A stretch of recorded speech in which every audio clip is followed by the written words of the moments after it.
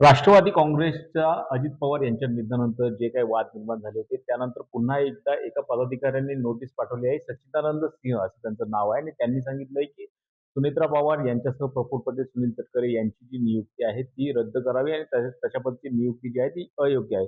आपल्याबरोबर सूरज चव्हाण आहेत, राष्ट्रीय सरचिटणीस आहेत, त्याचबरोबर प्रवक्ते सुद्धा आहेत.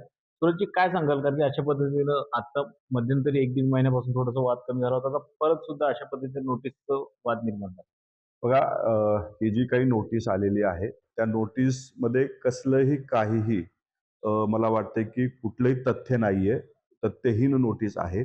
एक तरी ज्यावेळेस आमच्या पक्षाचं कॉन्स्टिट्यूशन आपल्यापैकी कोणी वाचलं किंवा ज्या नोटीस पाठवणाऱ्यानं जरी वाचलं असतं, तर त्याला कदाचित ही नोटीस पाठवण्यासाठी थोडा विचार करावा लागला असता. पक्षाचं कॉन्स्टिट्यूशन काय सांगतंय, की पक्षाच्या कॉन्स्टिट्यूशनमध्ये असं लिखित आहे, एखादी आपत्ती जर आली, अजितदादाच्या अपघाती निधनानंतर आमच्या पक्षावरती आपत्ती आली आणि त्याच्यानंतर 1 महिन्याच्या 26 फेब्रुवारीला वर्किंग कमिटीची बैठक मुंबईच्या वरळी डोम येथे पार पडली. विविध राज्यातले पदाधिकारी त्या बैठकीला उपस्थित होते. सर्वानुमते त्या ठिकाणी वहिनीचा राष्ट्रीय अध्यक्षाच्या निवडीचा प्रस्ताव ठेवण्यात आला आणि एकेकाने उभं राहून त्या ठिकाणी त्या प्रस्तावाला अनुमोदित केलं. त्याचबरोबर हात वर करून अनुमोदित केलेलं आणि ते व्हिडिओ रेकॉर्डिंग सुद्धा आमच्याकडे उपलब्ध आहे.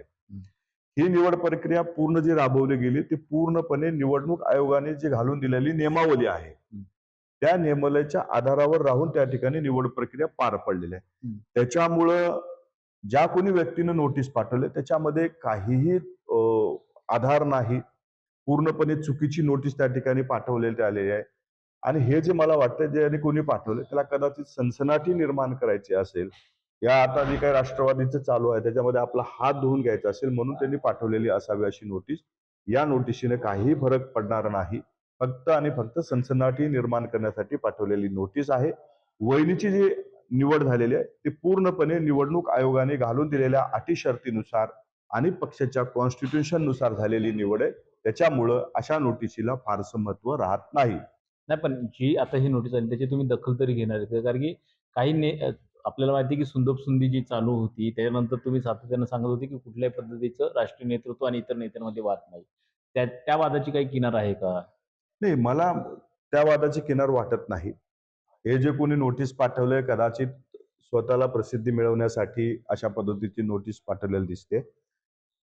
आता त्या ठिकाणी जी वरळीमध्ये निवड प्रक्रिया झाली ती पूर्णपणे निवडणूक आयोगाने घालून दिलेल्या नियमानुसार झालेली आहे.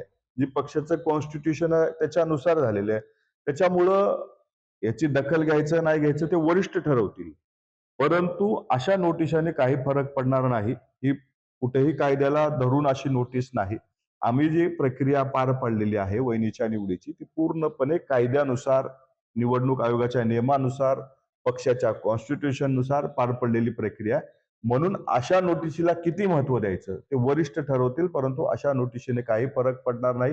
फक्त आणि फक्त राजकीय खळबळ उडवण्यासाठी आणि आपली स्वतःची प्रसिद्धी करण्यासाठी पाठवलेली नोटीस आहे असं मला वाटतंय. निश्चितच म्हणजे ही जी नोटीस पाठवलेली ही फक्त जी सनसनाटी बातमी आहे ती निर्माण करण्यासाठी पाठवली अशा पद्धतीचा त्यांचा दावा आहे. पण आगामी काळामध्ये दिसून येईल की या नोटीसला राष्ट्रवादी पक्ष अधिकृतपणे काही कायदेशीर उत्तर देतं का? सुनील काळे, TV9 मराठी, मुंबई.